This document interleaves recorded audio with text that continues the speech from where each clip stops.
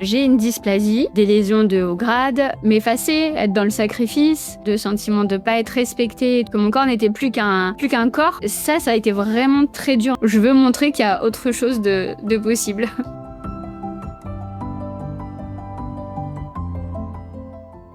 Alors aujourd'hui, je suis heureuse de recevoir Mady dans La Voix des femmes pour une interview qui va nous parler d'un sujet très féminin. Bon, ça touche aussi les hommes, mais en tout cas, c'est un sujet d'actualité notamment qu'on entend beaucoup dans les milieux du féminin et chez les femmes, qui est le papillomavirus. Donc merci Mady d'ouvrir ta voix et la voix pour d'autres femmes qui vivent évidemment ce même type de parcours ou d'épreuve de la vie, puisque ça reste quand même une épreuve, notamment pour la femme. Oui, merci Émilie pour ton invitation et c'est avec joie d'en parler parce que c'est vrai que quand j'ai commencé moi à en parler, je me suis rendu compte à quel point il y avait eu beaucoup de femmes qui ont ce virus ou qui l'ont eu et c'est vrai que ça vient toucher plein de choses donc c'est important d'en parler. Mmh.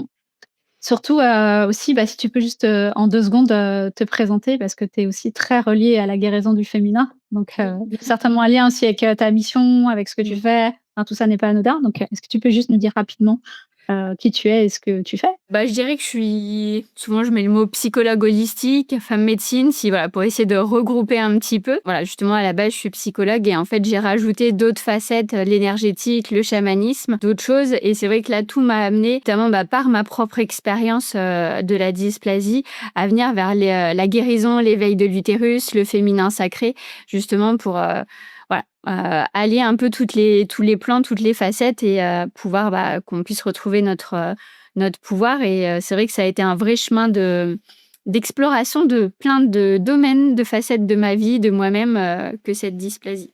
Donc justement, est-ce que tu peux nous parler un petit peu, déjà au départ, comment tu as appris la nouvelle? Qu'est-ce que tu as vécu quand tu as appris la nouvelle? Parce que je pense qu'à un moment donné, les femmes passent toutes par ce même, par un vécu similaire, même si c'est pas le même, mais qu'est-ce qui s'est passé au départ quand tu as appris cette nouvelle, en fait? Moi, ça a été intéressant comment ça s'est passé, parce que j'étais justement un week-end sur l'alimentation végétale et vivante, sur l'alimentation crue. Donc, ce qui était partagé à ce week-end me parlait. Et en fait, le deuxième jour du week-end, je reçois un appel de la secrétaire de la gynéco et qui me dit, vous avez justement des résultats qui nécessitent de venir faire une biopsie. Donc, je vous appelle pour prendre rendez-vous, tout ça. Donc, c'est vrai que ça a été un peu de l'émotion, un gros choc, mais ça a été intéressant parce que tout de suite, je me suis dit, je vais explorer tout de suite la piste de l'alimentation et du nettoyage du corps. Donc, j'étais à l'endroit où on pouvait me donner des clés. Et justement, dans ce week-end-là, il y avait des naturopathes qui proposaient des consultations pour pouvoir nous accompagner, justement. Et le stage avait commencé le jeudi, on était le vendredi, et ma consultation, elle était fixée pour le samedi, en fait. Donc, en gros, tout de suite, j'ai pu dire, on vient de me dire que j'ai une dysplasie. Qu'est-ce qu'il faut que je fasse pour nettoyer mon corps et permettre que elle s'en aille, en fait. Donc, c'est vrai qu'il y a eu à la fois le choc et la réponse en même temps, d'une certaine manière. Donc, l'annonce au début a été plus douce. C'est après plus les plusieurs rencontres avec la gynécologue qui, des fois, étaient émotionnellement challengeantes et dures. OK. Donc ça a été, le contexte en tout cas était approprié pour recevoir cette nouvelle. Oui. Donc l'étape d'après, ça a été quoi en fait? C'est L'étape l'alimentation, c'est quoi? En fait, là justement, c'était fin août, vu que la gynécologue était très chargée, le rendez-vous pour la biopsie était début mi-octobre. Donc en fait, j'ai eu presque 2 mois où j'ai pu chaque semaine faire des purges pour nettoyer mon corps, changer d'alimentation. Et en fait, quand je suis arrivée, la gynécologue m'a plus expliqué, m'a dit que là c'était des lésions de haut grade, que là on allait faire une biopsie pour voir un petit peu plus, mais justement que à ce stade-là, ce serait une opération à faire. Voilà, la gynécologue était une femme, mais quand même très froide, très peu d'émotionnel, de compassion. Et en fait, elle discute avec moi, elle me demande ce que je fais, mais en même temps, en lui disant que je suis dans la psychologie, la méditation, l'énergétique, elle me dit « Je vous arrête tout de suite, vous guérirez pas comme ça ». Et du coup, ok, j'ai rien dit. C'était très, très froid, très agressif. Donc, du coup, voilà. Et donc, voilà, on fait la biopsie, mais pareil, voilà. pas très humaine. On se dit, c'est une femme, elle pourrait faire ça de manière douce, mais ça ne l'était pas. Donc, c'est vrai que c'était un moment, voilà, pas très agréable. Après, le rendez-vous pour les résultats était 1 mois après. Et ce qui a été intéressant, c'est que, 1 mois après, elle me fait: «Bon, c'est bizarre, mais vos lésions, elles ont diminué, elles sont passées au bas grade». Mais c'est là où j'ai été choquée quand même qu'elle ne se réjouisse pas. Ben, pour moi, c'était, voilà, elle aurait pu se réjouir et non, c'était juste bizarre que ça ait pu passer de haut grade à bas grade. Voilà. Mais c'est vrai que j'ai pas été. Elle a pas cherché à me demander ce que j'avais fait, comment, quoi que ce soit. Voilà, c'était bizarre. Voilà. Mmh. OK et donc après du coup, tu as changé ton alimentation. Est-ce qu'il y a d'autres choses que tu as fait ou quelle a été la suite de l'étape? Puisque Sébastien Bagrade, donc Ouais. tu as toujours pas été opéré. Qu'est-ce que tu as fait ensuite? Non, bah, en fait, après, ce qui s'est passé, c'est que vu que c'était un bas grade, elle voulait refaire encore une biopsie elle m'avait fait prendre un rendez-vous pour le mois de mars, juste après. Donc ça a amené à mars 2021. Et moi, en fait, ce rendez-vous, je l'ai annulé. Je suis pas allée, je voulais pas encore faire subir à mon corps une autre biopsie. Mais du coup, là, j'ai continué à manger, à nettoyer mon corps, à manger végétal, cru, à explorer, continuer aussi en parallèle avec mon chemin avec le cacao, explorer des choses sur moi, sur mon corps, sur le féminin, essayer de comprendre ce qui se passait, ce qui m'était transmis comme message. Après, voilà, j'ai refait quand même un moment, presque 1 an après, un frottis parce que là, c'était avec mon médecin généraliste et reviennent le haut grade de Mmh. nouveau. Donc du coup, j'ai dit: «Bon». Donc là, quand j'ai vu que c'était haut grade, je suis repartie à explorer un peu plus, ma lignée, tout ça. Mais pareil, mon médecin m'avait dit de refaire une biopsie. Donc en fait, à chaque fois, c'est quand j'apprends qu'il y a le haut grade, avec un frottis, jusqu'à la biopsie, je me dis: «Allez, je mets des chances de mon côté». Donc là, ce que j'avais fait, c'est qu'il y avait exploré le transgénérationnel et pour continuer à libérer, voilà, parce que dans ma lignée, il y avait des abus, il y avait, le fait de pas exprimer sa voix, parce que, le col de l'utérus, il est relié au chakra de la gorge. Donc voilà, comment oser m'exprimer un peu plus? Et ça a été intéressant parce que j'étais sur ce sujet-là et en fait, après, j'ai le rendez-vous justement où elle m'annonce les résultats, de la biopsie, de nouveau la gynécologue et elle me dit: «C'est bas grade». De nouveau, voilà, un peu saoulée, je pense, elle, de ça fait haut, bas, enfin, voilà, et ça la saoule. Donc elle me dit: «Bon, c'est bas grade, mais on va faire une conisation». Et là, je lui dis: «Non». Elle me fait: «Comment ça, non?» Je dis: «Bah non, en fait, c'est mon corps. Quand c'est un bas grade, c'est pas recommandé de faire une conisation. Justement, c'est voilà, de surveiller. Donc, non, je vais pas faire subir ça à mon corps juste parce que vous voulez faire partir le virus». Du coup, on s'est quitté un peu en mauvais termes avec cette gynécologue. J'ai demandé à récupérer mon dossier et j'y suis pas retournée. Voilà. Là, ça a été intéressant de voir aussi comment certains proches qui pouvaient être dans la peur ou autre me dire: «Ah, mais il faut peut-être quand même le faire» ou autre. Et c'est vrai que ça avait éveillé des émotions de ne pas être soutenue, de pas être comprise, que d'autres personnes me disent quoi faire sur mon corps et de pas se rendre compte comment pourtant c'est des personnes qui étaient des femmes aussi, hein, mais de pas se rendre compte comment ça peut être violent d'aller faire subir quelque chose à cette partie de notre corps, en fait. Ça faisait remonter plein de choses. Du coup, là, j'ai vu une autre naturopathe qui m'avait conseillé des ovules d'huile essentielle, mais qui étaient faits par un laboratoire en Suisse. Parce que c'est vrai qu'en France, il n'y a pas de traitement ou de choses déjà préparées, alors que voilà, dans un laboratoire en Suisse, il y avait des ovules qui faisaient pour ça. Donc du coup, j'ai exploré cette piste-là. C'était encore resté, je crois que le frottis d'après, c'était encore là, mais bas grade. Donc du coup, après, j'ai continué, voilà, à explorer, vu que c'était encore là quand même, parce qu'après, voilà, ça montait plus à haut grade.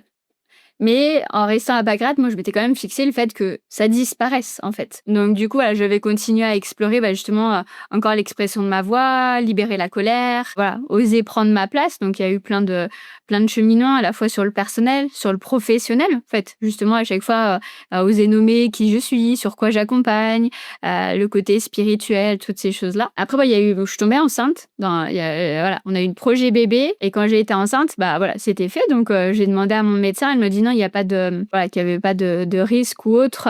Et dans ce que j'avais regardé, c'est vrai que c'était plus pour un garçon.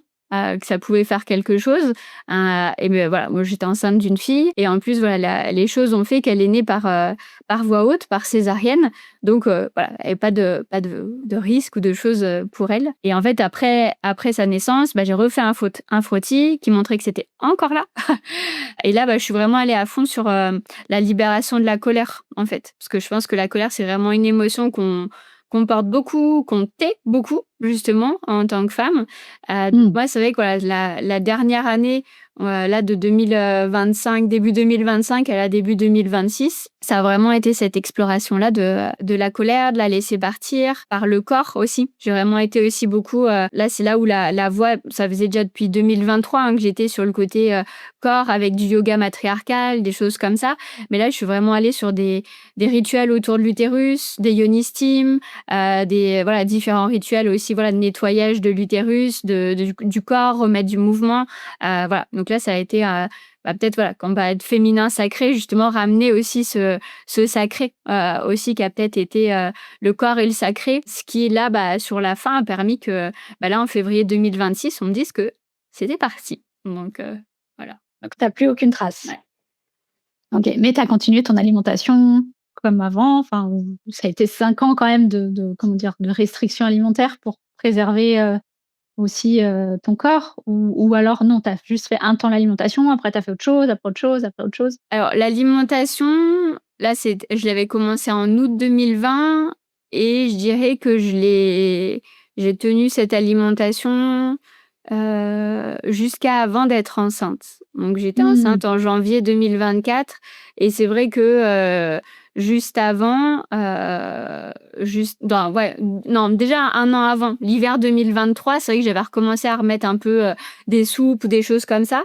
Et c'est vrai qu'avec justement une amie naturo, on avait vu un peu pour la grossesse ou autre. Et c'est vrai qu'il y avait des choses où je sentais que mon corps, il en manquait un petit peu. Donc du coup, que j'ai ramené des choses que j'avais avant cru et que là, j'ai mangé en cuit, en fait. Et du coup, j'ai retrouvé un équilibre où c'est vrai qu'il reste... il y a beaucoup de fruits, il y a beaucoup de cru, mais plus l'été, en fait. J'ai essayé de retrouver un équilibre entre avec cette alimentation qui me convienne, mais sans que ça devienne restrictif sur certaines choses.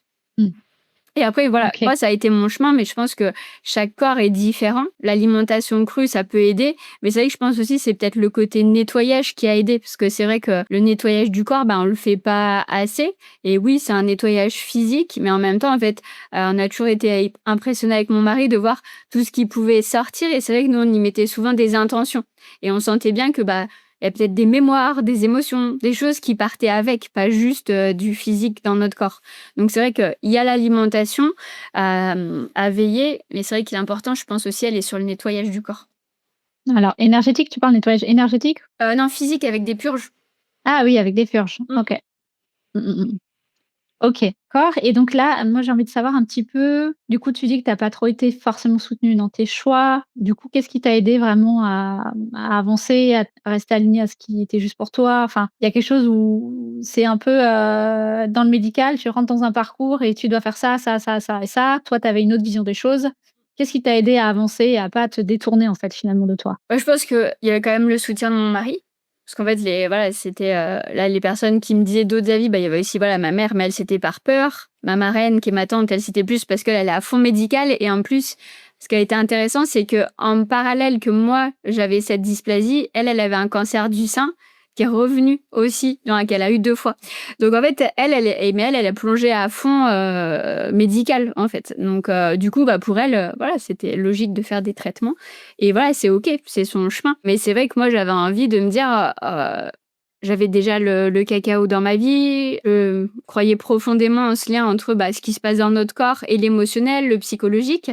Donc du coup, c'était un peu, je m'en suis fait une mission de me dire je vais me guérir autrement. J'ai pas envie de... Surtout que il y avait pas de cancer. C'était à chaque fois, ça alternait entre bas et haut grade. Donc du coup, rien qui faisait qu'on pouvait, entre guillemets, me forcer à avoir une opération, en fait. Vu que ça restait, dans des cellules précancéreuses, bah, je me suis toujours dit: «OK, bah, moi je continue sur cette voie» et je pense que voilà, au début, c'était pour moi. Après, bah, avec l'arrivée de ma fille, ça a été aussi de me dire: «Bah, je veux être guérie», mais justement, voilà, guérie à ma manière. Et donc ouais, ça a été je pense aussi ce qui m'a aidée, c'est de m'en faire un défi d'une certaine manière. Des fois, je fonctionne un peu Mmh. comme ça, de me dire: «Bah, non, je veux montrer qu'il y a autre chose de possible». OK, et donc aujourd'hui, dans toute ton exploration, parce qu'on sent que tu as exploré plusieurs voies et que ça a duré quand même 5 ans, hein, tu Mmh. disais? Oui. Dans toute cette exploration, encore une fois, quel est le message caché derrière ce papillomavirus? Alors tu l'as un peu dit, la colère, la voix, mais quel est le message caché? Parce qu'il y a de plus en plus de femmes et d'hommes aussi, hein, qui l'ont, ça devient, voilà, on vaccine maintenant les enfants contre ça. Mais pourquoi en fait? Quel est le message? Mon interrogation, c'est pourquoi là, qu'est-ce qu'il vient dire? C'est quoi un peu en décodage biologique, pourquoi il y a ça et pourquoi qu'est-ce que ça vient dire de nous en fait? Mmh. C'est que si on a ce virus, c'est qu'on est l'hôte parfait pour, notamment d'un point de vue vibratoire, pour ce virus. Donc qu'est-ce qui vient raconter de notre histoire? Mmh. Bah, surtout que tu parles du vaccin, j'avais été vaccinée et je l'ai eu. Donc en fait, c'est là encore où ça montre que d'un point de vue, juste matière, on peut faire des choses, mais en fait, comme tu dis, il y a un autre message qui est sur d'autres plans, psychologiques, émotionnels, énergétiques, en fait, et c'est sur ces plans-là que c'est d'agir pour pouvoir, justement, bah, s'en libérer. Et moi, ça a vraiment été sur ce chemin bah, c'est vrai que voilà, quand le papillomavirus est arrivé, j'étais quelqu'un qui pouvait encore, ne pas oser se montrer, ne pas poser ses limites, ne pas exprimer ses émotions, se faire passer après l'autre, voilà, donc c'était vraiment, ouais, d'être m'effacer, être dans le sacrifice, ne pas m'exprimer, même si j'avais déjà beaucoup cheminé depuis déjà un certain temps. Mais je pense que là, c'était pour me dire: «Là, faut aller plus loin dans le fait d'oser être toi, d'oser te respecter, d'oser, incarner qui tu es». Donc il y a vraiment, je pense, une histoire voilà, de voix, VOIX, porter sa voix, que ce soit dire ses émotions, dire sa vérité, dire qui on est, mais aussi du coup la voix VOIE, incarner qui on est. Parce que c'est vrai que moi, il y a eu ce double, à la fois, bah, dans ma vie personnelle et mon côté professionnel. Et justement, bah, en même temps qu'il y avait ça, j'explorais différentes pratiques, comme le yoga, comme, voilà, le chamanisme, le cacao, toutes ces choses, le féminin sacré, et qui du coup à la fois ont été mon chemin personnel que j'ai toujours ramené dans mes accompagnements. Donc c'est comme si ça m'amenait à ouvrir une voie aussi pour les autres femmes. J'ai pas vécu tout ça juste pour moi, mais justement pour pouvoir accompagner dessus. Ah bah, oui, oui, oui, en effet, parce que tu vois, ce qui est intéressant, c'est que, une chose, tu as ouvert tellement de portes et que, c'est comme si tu étais allé retrouver des bouts de toi, Mmh. tu sais, dans ton intégrité pour, heu, pour ça. Donc et c'est aussi intéressant parce que du coup, tu en parles là dans cette interview pour la voix des femmes. Donc c'est comme si tout le chemin que tu as fait permettait vraiment de récupérer des bouts de toi et en même temps de le transmettre à d'autres femmes. Qu'est-ce qui a été le plus difficile dans ce chemin que tu as vécu? Je pense qu'il a été dur. Il peut y avoir peut-être 2 choses. Celle qui a vraiment été très dure émotionnellement, avec des gros états des fois vraiment de sortir dans mon corps, la colère, la tristesse, la peur, ça a été les fois où d'avoir le sentiment qu'on s'appropriait mon corps, que mon corps n'était plus qu'un corps en fait, sur lequel il fallait faire des tests, des prélèvements, faire des traitements, et du coup, ça a été très dur, et je pense que ce qui m'a fait du bien, c'est que le dernier médecin qui m'a fait, la dernière biopsie, du coup, c'était mon obstétricien. Parce qu'il fallait que je refasse une, et en fait, c'était, mon obstétricien, et qui lui, justement, m'a expliqué chaque étape. A été, vraiment, très doux, alors que c'est un homme, en fait, et justement, il a été plus doux, il a été plus compréhensif, et au point que justement, je pense qu'il y a eu un tel, un Réconciliation. ouais, c'est ça, un tel soutien, et que ça a été tellement doux que j'ai même pas eu de saignement. Alors qu'en fait, à chaque fois, avec l'autre gynécologue, je pouvais avoir des saignements qui duraient 3-4 jours, en fait. Tellement il n'y avait pas d'accompagnement et que c'était juste un prélèvement. Que là, voilà. Donc, ça a été vraiment très dur, en fait. Le fait que mon corps soit vu juste comme voilà, un bout de viande, ou un bout de. Voilà, on fait ça dessus, et voilà, il faut faire ça. Mmh. Et, voilà. Oui, Donc, c'est les protocoles et voilà, voilà, voilà. c'est ça. Donc ça a Mmh. été très dur, et je pense que voilà, je suis heureuse que la dernière fois où j'ai eu une biopsie, c'était, avec, mon obstétricien qui justement m'a accompagnée pour ma grossesse, et que vraiment il m'a montré une toute autre chose, en fait, sur la manière de vivre ça et voilà et ça, je pense que ça comme je dis, voilà, ça a été dur parce que c'est des gros moments de choc émotionnel, de sentiment de pas être respecté et tout ça et après ça, l'autre chose qui était plus un fil continu qui était difficile, c'est, toujours continuer quand même à y croire. Dans le sens où, quand j'ai changé d'alimentation, ça a créé beaucoup de peur, d'incompréhension, des fois des jugements autour de moi. Donc du coup je garde mon alimentation même si autour c'est pas compris, même s'il faut amener mes repas quelque part, même si, voilà: «Oh mais c'est bon, voilà. Oh c'est bizarre vos purges, oh machin». Après justement, voilà, que ce soit le cacao, que ce soit, voilà, les voies de l'utérus ou toutes ces choses-là, de veiller à qui en parler ou pas en parler ou parce que des fois c'était pas compris. Donc ça, c'était un petit peu plus ténu dans le sens où c'était des petites choses un peu, voilà. Mais c'est vrai que ça faisait une accumulation de des fois se dire: «OK, comment je reste centrée encore et encore, même si les autres comprennent pas, mes pratiques pour guérir». OK, oui, toujours te respecter dans ton alignement. Est-ce que tu aurais envie de partager, parce qu'on a bientôt terminé, quelque chose aux femmes qui traversent la même chose, peut-être quelque chose que tu n'as pas dit? Comment les soutenir? Comment les aider? Parce que ça vient quand même toucher, encore une fois, à l'intégrité féminine et puis comme tu dis, tu vois, ce qui est intéressant dans ton expérience, c'est qu'il y a pas que l'aspect médical, il y a aussi tout ce que tu as fait autour. Donc qu'est-ce que tu as envie de dire aux femmes qui sont là, qui apprennent la nouvelle ou qui vivent ce chemin, de guérison? Qu'est-ce que tu as envie de leur dire? Que vous avez le droit de dire non, je pense. Non, mais parce que justement, ça a été ça pour, voilà, pour ces traitements qu'on voulait me faire, voilà, d'avoir le droit et même pour les prélèvements. Non, justement, si là, vous allez peut-être être à vivre, des frottis, des biopsies ou des choses comme ça, vous pouvez changer de médecin.